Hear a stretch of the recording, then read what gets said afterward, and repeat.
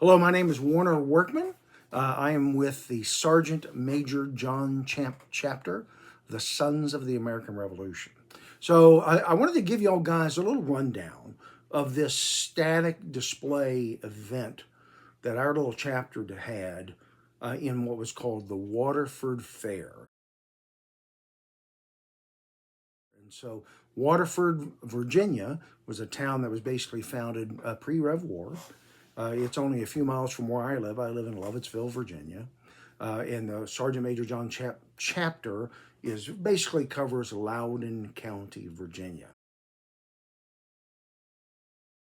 Well, it just so happens this Waterford Fair is really Rev War centric. So our chapter, we put up this tent, right? Now, here's the funny thing about it. So this static event. So I've been dying to get into static events, right?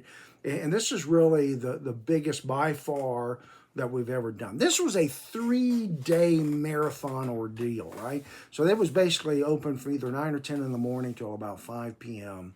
And so me and a guy named Barry Schwarrier, we did all 3 days. It was just crazy, right? And so I want to tell you a little bit about it, what worked, what worked well, right? So what we ended up doing, so we lucked out. We were in this big open field. I'm going to say maybe an acre, maybe.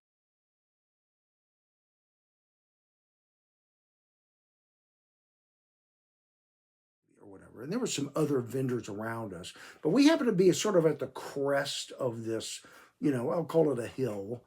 And right behind us was an old well house. And the well house, and I'll throw some pictures in there. Well house had Waterford on it, right? So we had just an excellent backdrop.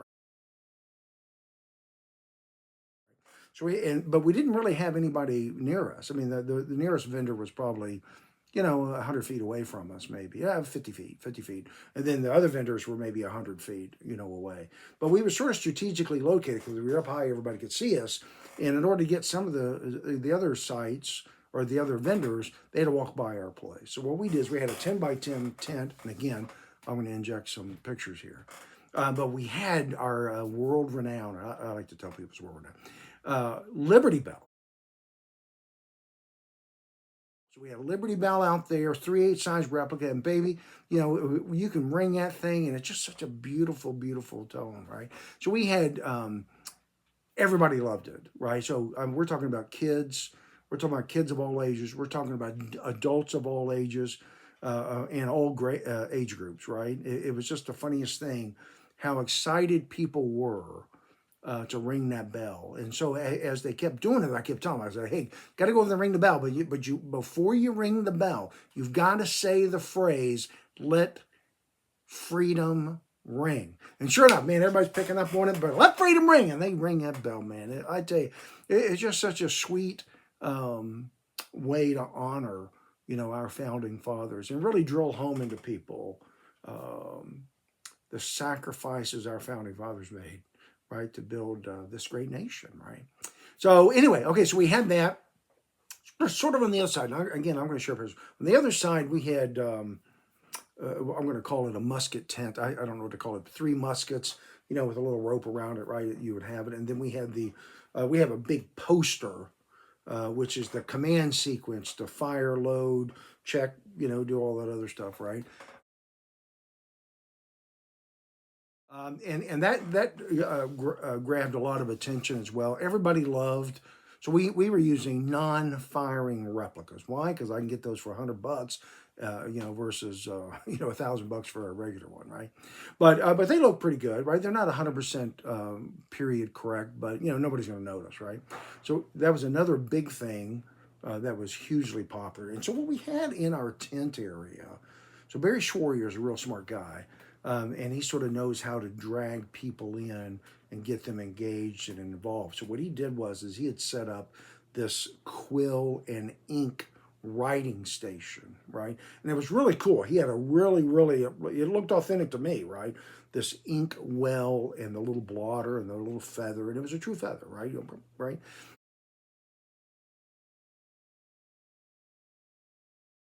And then what we had is we had these pieces of paper that were cut up, and they sort of looked like parchment. They weren't, but they were close.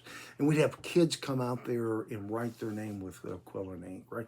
That was huge, huge, huge, right? We got so much interest in that. A couple of other things that we had as well is we have, just so happens, I happen to have, and I'm looking up at them now, I have two lanterns that are exact replicas of the ones that were used, in essence, by Paul Revere, one if by land, two if by sea,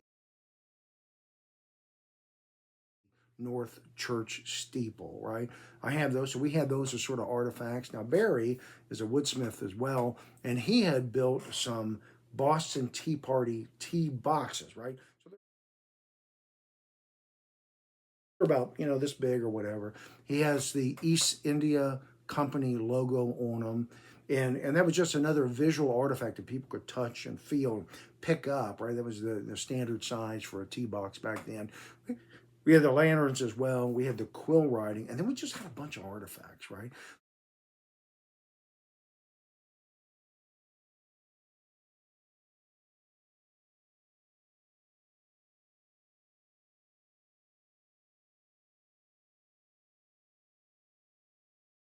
So a while back, I was down in Williamsburg, and I had picked up some of the papers that they make out there, right? So it's made they're printed on period correct paper, and they're printed using period typesetting, right?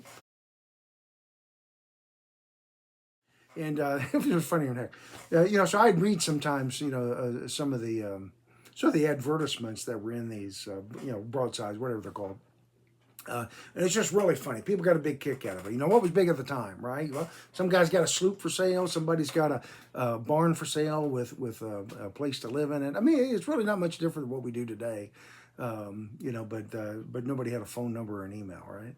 So anyway, that ended up working really well as well. We also had a bunch of non-firing handgun muskets. We had some bayonets. We had what else do we have? We had cartridge boxes. We had canteens, both wooden and tin. We had just like a whole bunch of more stuff, right? We had replica copies of the Declaration of Independence, Constitution, the Bill of Rights, some other founding documents as well. But what would happen? Oh, and then out in the front of the tent, and again, you'll see the pictures out in the front of the tent, probably about 10 feet out. We had this big banner, right? That has Sergeant Major John Champ on it. And what we did is we put to the side the story behind Sergeant Major John Champ. Now I didn't do that till Sunday. I should have done it Friday, but and we had little pamphlets that we would hand out, but a lot of times we were just so daggum busy, we really didn't get a chance to interface with some of these people. But once I made this big sign, so I use 18 by 24 inch fluted plastic, and I got a 2 foot wide printer that I print stuff on and stick it on there, right? Well, it tells the whole story, right? I won't spoil the story for you here, but we put it right next to the banner.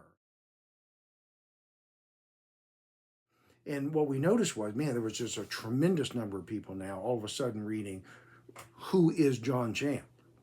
Right? So we got this big banner, and everybody sees that we're, dressed like colonials, and so they get a general idea, of who we are. But our chapter is called Sergeant Major John Champ. Who is John Champ?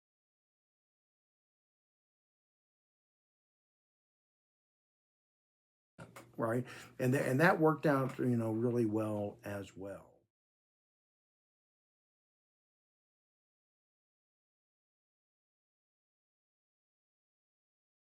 So one of the reasons I'm sharing this with you is I think internally, within SAR, the chapters at the ground level are really sort of doing a poor job of communicating how they're doing stuff, right? So that somebody else may do something similar, right? So I'm sharing this video and I'm going to share the little pictures so that maybe somewhere when y'all guys are doing static events, you too can do something similar. The quill thing is super easy to do, right? The having some artifacts laying around, super easy to do. Printing out big big signs basically telling who you are, what your chapter's about, things like that. Fairly easy to do. You can order newspapers from Williamsburg. You could build up what is in essence this Patriot box. So I think SAR has this thing called Patriot box. I'm not 100% sure what's in it, but there's a lot of stuff in it. We had one there as well, had artifacts in it. But you could create your own little Patriot box by having a lot of these artifacts, and that way you're sort of ready. Like a bug out box, basically. So when you have a static event, whether it's a couple of hours, whether it's a full day, or in our case, 3 days, you have enough information in there, you have enough artifacts to make sure that your submission into the event is remembered. I mean, trust me, everybody heard the bell. Everybody. And people would come out, we've been hearing that bell all day. We didn't know where it was. They finally honed in on it and came. So if y'all guys, wouldn't mind, I wouldn't mind y'all guys, watching this video, sharing this video, and do some videos of your own, even if it's just a text in your Facebook page. We've got to do a better job of getting SAR out in those 3 goals: patriotism, history, and education, right? And we want to be the go-to people. Who you going to call? Sons of the American Revolution. That's what we want, right? But we got to be ready for it, right? And so I'm trying to tell you what our chapter is doing to be ready for it. And what I want to do is rape and pillage y'all guys' ideas as well to make our event presentations better. And I want you to do the same from us, right? God bless. Thank you very much for taking the time to listen to this, and huzzah. God bless.